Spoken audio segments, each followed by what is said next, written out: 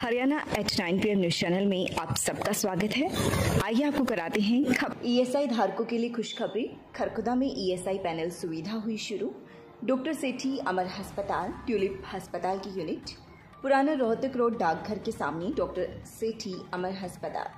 अब ईएसआई धारकों को पैनल से इलाज के लिए दूसरे शहर में जाने की आवश्यकता नहीं है। वे खरखुदा के डॉक्टर सेठी अमर अस्पताल में अपना इलाज करवा सकते हैं। मटिंडू मामले में आज खरखोदा न्यायाधीश विक्रांत जी ने आदेश जारी किया है कि पीड़ित व्यक्ति को उसका कब्जा दिलवाया जाए। करीब 1400 गज के आसपास जमीन है जिस पर दूसरे लोगों ने कब्जा किया हुआ है। वे मकान बनाकर रह रहे हैं।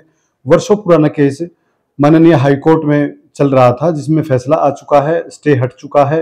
अब पीड़ित को न्याय मिलना जरूरी है और इस बारे में पहले भी आदेश दिए थे लेकिन प्रशासन उसे कब्जा नहीं दिला पाया था। अब दोबारा से आदेश जारी किए गए हैं जिसमें कहा गया है कि अगर नायब तहसीलदार छुट्टी पर चले जाते हैं तो एसडीएम साहब ड्यूटी मजिस्ट्रेट रहेंगे और एसडीएम साहब छुट्टी पर चले जाते हैं तो एडीसी साहब, और इसके बाद अगर एडीसी साहब भी किसी कारणवश नहीं आ पाते हैं तो खुद डीसी साहब ड्यूटी मजिस्ट्रेट रहेंगे और पीड़ित को न्याय दिलाने का कार्य करेंगे।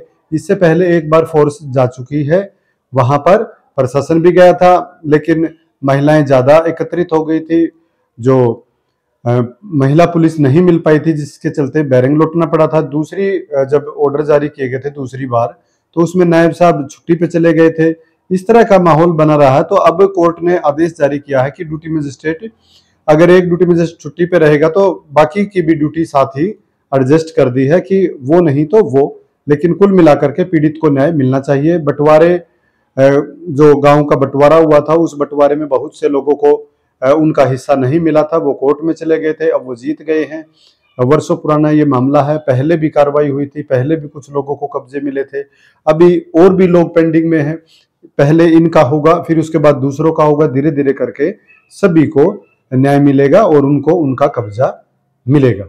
मौजूदा हाल में खरखोदा का जो पटवारी है, संदीप खरखोदा के पटवारी हैं, उन्हें हाल ही में चार्ज मिला है लेकिन उनकी ड्यूटी लगातार ततीम में अपडेट करने के लिए JIS लैब कमरा नंबर 302 सोनीपत में लगी हुई है, जो कि जिला उपायुक्त महोदय के आदेश पर उनकी ड्यूटी लगी है। लेकिन पूरा सप्ताह ही उनकी ड्यूटी में सोनीपत निकल गया है, जिसके कारण खरखोदा में जो लोग उनसे संबंधित हैं, जिनके काम उन्होंने करने हैं, वो लगातार अब चक्कर काट रहे हैं, जिसके कारण उन्हें काफी परेशानियां हो रही हैं।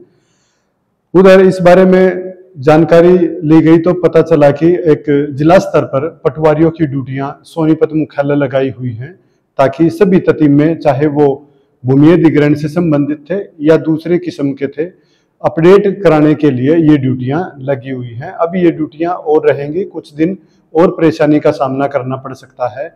जैसे ही वहां से ड्यूटी खत्म होंगी, खरखोदा के पटवारी भी यहाँ नियमित रूप से बैठने शुरू हो जाएंगे। खरखोदा से पीपली मार्ग पर करोड़ों रुपए की राशि से मार्ग का नए सिरे से निर्माण कार्य हो रहा है। एक तरफ की पट्टी पीपली गांव के हिस्से में बन चुकी है, जबकि दूसरी तरफ की पट्टी बनाने का काम अब शुरू हो गया है। जैसे ही दूसरी पट्टी बनाने का काम शुरू हुआ है, इस रोड के वाहन बिल्कुल रोक दिए गए हैं, दोनों तरफ से एंट्री बंद कर दी गई है। और पहले ही प्रशासन ने रूट डाइवर्ट किया था, जो कि कवाड़ी नारा मार्ग पर किया था। दूसरा जो बरोना, खुरमपुर, किडोली, सोटी, सैदपुर इस तरफ से किया था। लेकिन जो बड़े वाहन हैं वो छोटे रूटों से आ रहे हैं, वो गोपालपुर के रूट से आ रहे हैं और थाना कला के रूट से आ रहे हैं, जिसके कारण जो स्कूल की बसें हैं, प्राइवेट व्हीकल हैं, जो स्कूल वाली बसों के, जिन्होंने पीपली, सैदपुर, गोपालपुर, थाना कला इन गांव में जाना होता है, उनको अब दिक्कतें आ गई हैं। उनके जो बच्चे हैं वो 2-2 घंटे स्कूल लेट पहुंच रहे हैं, ऐसे ही वापसी में पहुंच रहे हैं। तो प्रशासन से डिमांड है कि जो वे अवैध रूप से व्हीकल अब छोटे रूटों पर चलने लगे हैं, उन पर रोकथाम की जाए ताकि स्कूल के वाहन आसानी से आ जा सके। इसकी व्यवस्था कराई जाए ताकि छात्रों को परेशानी का सामना ना करना पड़े। Gannaur breaking news. पूर्व क्रिकेट कोच रामकरण हत्या का आरोपित सुनील लंबू गिरफ्तार। सीआईए टीम ने किया गिरफ्तार। 9 दिन बाद पुलिस के हत्थे चढ़ा सुनील लंबू। आज रिमांड पर लिया जाएगा सुनील। पुलिस अब हत्या के स्पष्ट कारणों और वारदात में इस्तेमाल हथियार की करेगी बरामदगी। गिरफ्तारी को लेकर कुछ देर बाद प्रेस वार्ता करेगी पुलिस। हत्या के बाद कहां कहां छिपा रहा सुनील लंबू, इसका भी खुलासा करेगी सीआईए टीम। ये सुनील उर्फ लंबू 3 नवंबर को इसने गोली मार के एक हत्या कर दी थी गन्नौर के अंदर। इनकी चुनावी रंजिश थी तो उसको लेके इन्होंने हत्या की है। 2022 में चुनाव में ये इलेक्शन फाइट कर रहा था तो उसमें जो है इनकी कुछ रंजिश हुई थी तो उसको लेके इसने 3 नवंबर को रामकरण जो क्रिकेट के कोच थे उसकी हत्या कर दी थी। और उसके बाद ये मथुरा भाग गया। मथुरा से फिर ये J&K, फिर ये आज ये 20वां मिल राई से इसको अरेस्ट किया है। इसकी हमने जो LOC है और जो कानूनी प्रक्रियाएं हैं वो सारी पूरी कर रखी थी और ये हमारा ऑपरेशन ट्रैक डाउन चल रहा है। इसके DGP साहब और CP मैडम के सख्त आदेश थे। जो इस तरह के फायर आर्म करके जो भागे हुए भगोड़े अपराधी हैं उनके ऊपर शिकंजा कसना है।